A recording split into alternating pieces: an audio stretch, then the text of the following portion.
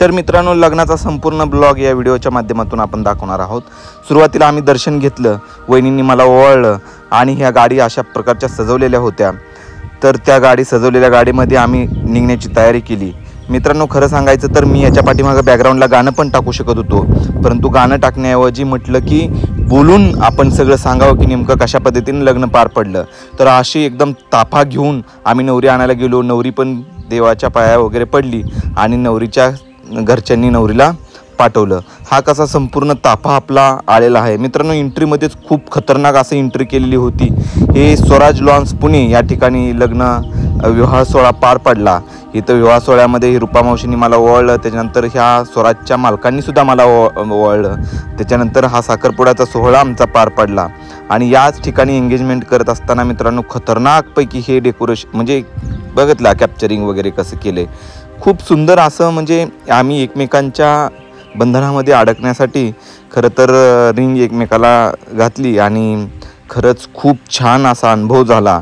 मित्रांनो, आज खूप दिवस झाले लग्नाला, परंतु उशिरा थोडासा ब्लॉग आल्यामुळे टाकतोय, पण खूप समाधानी आणि सुखी आहे। खरं तर आमच्या दोघांमध्ये कोणत्याच प्रकारची भांडण वगैरे कधीच होत नाही, ही एक गोष्ट आनंदाची आहे। कधीच म्हणजे कुठल्याच गोष्टीवरनं म्हणजे दोघांमध्ये क्रॉस होत नाही, ही एक खूप छान गोष्ट आहे। या ठिकाणी आम्ही केक वगैरे कट करून सगळ्या गोष्टी करून रिंग टाकून ही खूप छान अशी रिंग त्यांनी केली होती आणि ती पण घातली एकमेकांना। आणि मित्रांनो, हा सोहळा खूप पुढं जाऊन आणखीन बघा, व्हिडिओ शेवटपर्यंत बघायला विसरू नका की खूप प्रत्येक ठिकाणी वेगवेगळं डेकोरेशन होतं। बघू शकता तुम्ही की हे सगळं झाल्यानंतर म्हणजे आम्ही दोघं एकमेकांशी म्हणजे थोडंसं हे वगैरे अंगठी वगैरे घातली एकमेकांना, रिंग वगैरे, आणि त्याच्यानंतर शूट चालू झालं।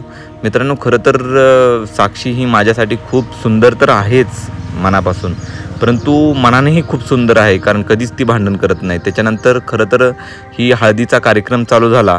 हळदीच्या कार्यक्रमासाठी सुद्धा आम्ही सुरुवात झाली। आता तुम्ही बघू शकता संपूर्ण बॅकग्राऊंडला वगैरे खूप छान असं डेकोरेशन या ठिकाणी केलेलं होतं बॅकग्राऊंडसाठी सुद्धा।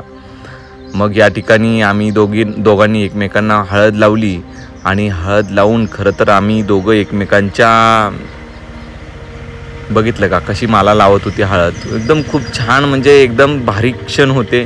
खरं तर मला वाटत होतं की ते मोबाईलमध्येच कॅप्चर करायला पाहिजे होतं संपूर्ण ब्लॉग, पण तिथला आवाज आम्हाला कॅप्चर करता आला नाही, कारण की त्याचं रिझन बघा इथं। यानंतर आजीनं सुद्धा आम्हाला हळद लावली। आजी तर खूप खुश होती, परंतु आजीला आम्ही जास्त घेऊ शकलो नाही, त्याचंही रिझन एक आहे। काय रिझन आहे मित्रांनो, ही बहीण आहे, दादा वहिनींना अगोदर लावली, याच्यानंतर हे आईवडील आहेत साक्षीचे, यांनीही मला लावली। त्याच्यानंतर ही बघा, ही आमच्या मेहुण्या, या काय शांत बसल्या नाहीत, या मेहुण्यांनी तर काय पाक सगळ्यांना एकमेकींना पण भरूनच काढलं। याच्यानंतर आम्हाला बहुतेक लावण्यासाठी आता कोण आलेत, ह्या तिथल्या छोट्या मोठ्या मुली आलेल्या आहेत। आणि त्याच्यानंतर हे बघा मेहुण्या सगळ्या खेळत बसलेत, काकू वगैरे सगळ्या आहेत त्या पण खेळत आहेत। हा अक्षय तो आहे, तो साक्षीचा भाऊ आहे, आणि ह्या बाकीच्या त्यांच्या चुलत बहिणी आहेत। याच्यानंतर अक्षयनं मलाही लावलं। ह्या वैभव यादव हा माझा एक जवळचा मित्र आहे, त्यानं प्रफुल्ला भरून काढलं। याच्यानंतर ज्या आहेत त्या मयूर आणि मयूरची सिस्टर आहे समोरची। तर अशा पद्धतीने मयूर येऊन मला गुळसून गेला, हळद खूपच गुळसून गेला। त्याच्यामुळं बघा कसा आहे, गडी खुश होता पाक, सगळ्यांनी हात धुवून घेतला अक्षरशः मित्रांनो। हळदीत मात्र सुट्टी दिली नाही मला, कोणी तोंडात घातली कोणी काय। आणि त्याच्यानंतर सगळ्यात महत्त्वाचा क्षण म्हणजे सप्तविधीचा क्षण, आणि तो या ठिकाणी पार पाडला जात होता। आणि सप्तविधीच्या सोहळ्यासाठी खरं तर तुम्ही पाहू शकता की खूप सजून धजून नवरी आली होती। ह्याच्यात इथंही मी खूप गाणं टाकू शकत होतो, पण मित्रांनो मला नाही गरज वाटली की सगळ्यांसारखं गाणं वगैरे टाकावं, काहीतरी इफेक्ट द्यावं। त्यापेक्षा खरं तर काय घडला प्रकार ते तुम्हाला समजावणं गरजेचं आहे। आवाज तर मी ऑलरेडी तेव्हा कॅप्चर नव्हतो करू शकत, कारण की माईक नव्हते तेव्हा, मग थोडंसं त्याच्यामुळं आता ते म्हणलं पाठीमागनं टाकावं। या ठिकाणी पाहू शकता तुम्हाला हे रीतिरिवाजाप्रमाणे हे देत असतात भांडी, तेही मला दिली। त्यानंतर हे साक्षीचे आईवडील आणि त्यांनी हे सगळं पूजामध्ये मला माझ्या ह्याच्यामध्ये हातामध्ये नवरीचा म्हणजे नाही का, हे बघा नवरीनं माझ्या हातामध्ये हे पण बांधलं। आणि त्याच्यानंतर सगळ्या कार्यक्रमाला सुरुवात झाली। जसे रीतरिवाज व्यवस्थित पद्धतीनं सगळे होतात तसं सगळं पार पडलं। नवरी यासाठी सजून तयार होती सप्तविधीच्या सोहळ्यासाठी, तुम्ही पाहू शकता मित्रांनो। त्याच्यानंतर होम हवनचा वगैरे कार्यक्रम पार पडला। भटजी खूप छान होते, बघू शकता तुम्ही मित्रांनो। त्या भटजींचा स्वराज मंगल कार्यालय ज्या ठिकाणी हे लग्न एवढं अतिउत्तम झालं त्या लग्नाच्या मंगल कार्यालयाच्या मालकाचाही नंबर ॲड्रेस आपण प्रत्येक रीलमध्ये दिलेला आहे.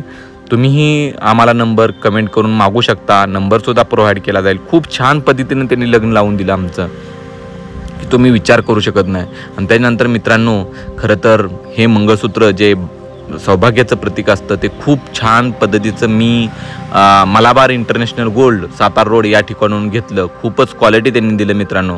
एवढं भारी होतं की खूप आवडलं मला पण आणि साक्षीला पण. तुम्ही पाहू शकता मित्रांनो, बघितलं का एकदम सुंदर असं. आणि अशा पद्धतीनं दोघांनी एकमेकांशी हितगुंज करून अक्षर तिच्या गळ्यामध्ये मंगळसूत्र फायनली घातलं. आणि मित्रांनो खरंच म्हणजे माझे डोळेसुद्धा पाणावले होते आणि खूप आनंदाश्रू डोळ्यामध्ये होते. तुम्ही पाहू शकता. म्हणजे असं नाही का की खरं सांगायचं म्हणजे की या गोष्टी पाठीमागं आईवडील नव्हते मला माझ्यासोबत, परंतु भाऊ पळत होता आणि भावानं आणि बाकी त्याच्यामुळं माझ्या पाठीमागं भाऊ वगैरे दिसला नाही तुम्हाला. भाऊ पळत होता आणि त्यानं केलं सगळं, पार पाडलं भावानं म्हणा किंवा बाकीच्या मंडळीनं. त्याच्यामुळं मी सगळेजण म्हणत होते गावी गावी कर, पण मी पुण्यामध्ये का ठेवलं तर पुण्यामधले जे आहेत स्वराज लॉन्सचे मालक ते खरंच जवळचे 7 फेऱ्या मारल्या आम्ही दोघांनी. जवळचे होते त्याच्यामुळे केलं. त्याच्यानंतर आम्ही दोघांनी 7 फेऱ्या मारल्या, या सुपारी पण केली. त्याच्यानंतर भावानं माझ्या हातामध्ये ते देऊन हा पण कार्यक्रम पार पडला. खरंच छान होतं. बघू शकता तुम्ही आतलं डेकोरेशन वगैरे.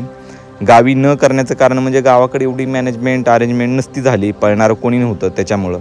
आणि भावानं या ठिकाणी कानपिळणीचा कार्यक्रम पडला मित्रांनो. जोरात असा फाटदिशी कान पिळणार ना काय सांगून मला सांगितलं की चांगली. आणि हे मित्रांनो हे एंट्रीचं बघू शकता, खतरनाक एंट्रीचं केलं होतं. दोघांचे दोन्ही बाजूला फोटो होते. हे ज्या ठिकाणी विवाह सोहळा संपन्न होणार आहे ते अशा पद्धतीनं सजवलं होतं. संपूर्ण व्हिडिओ बघा. आणखीन खूप साऱ्या गोष्टी आहेत इथं. असं बाहेर लॉन्समध्ये लग्न अरेंज केलं होतं मित्रांनो. आईवडील नसताना सुद्धा स्वतःच्या जीवावरती कुणाचाही 1 रुपया न घेता स्वतः मी लग्न सगळं म्हणजे सगळ्या गोष्टीपासून मी खर्च एक्सपेन्सेस केलं. मला अभिमान आहे त्या गोष्टीचा, सांगण्याची गरज नाही पण सांगतो कारण की मी स्वतः त्याच्यामध्ये सगळे पैसे टाकले. आणि खरंच खूप छान वाटलं की कष्ट केलं त्याचं फळ खूप पण तसंच भेटलं. कारण की तशा पद्धतीची मुलगीही मला चांगली सुंदर भेटली. ह्याचं कारण काय मित्रांनो तर थोडंसं आजीची मी सेवा केली, आजीला मी सेलिब्रेट केलं, मी आजीला फेमस केलं आणि ते आशीर्वाद मला भेटला. असं नाही की आजीनं मला हे केलं ते केलं. आजीला मी चांगलं सांभाळलं. म्हणजे नातूमध्ये ती क्वालिटी होती मित्रांनो. प्रत्येक नातूमध्ये असते. तुम्ही तुमच्या आजीला चांगलं सांभाळता, असं नाही की फक्त मीच एकटा सांभाळतो.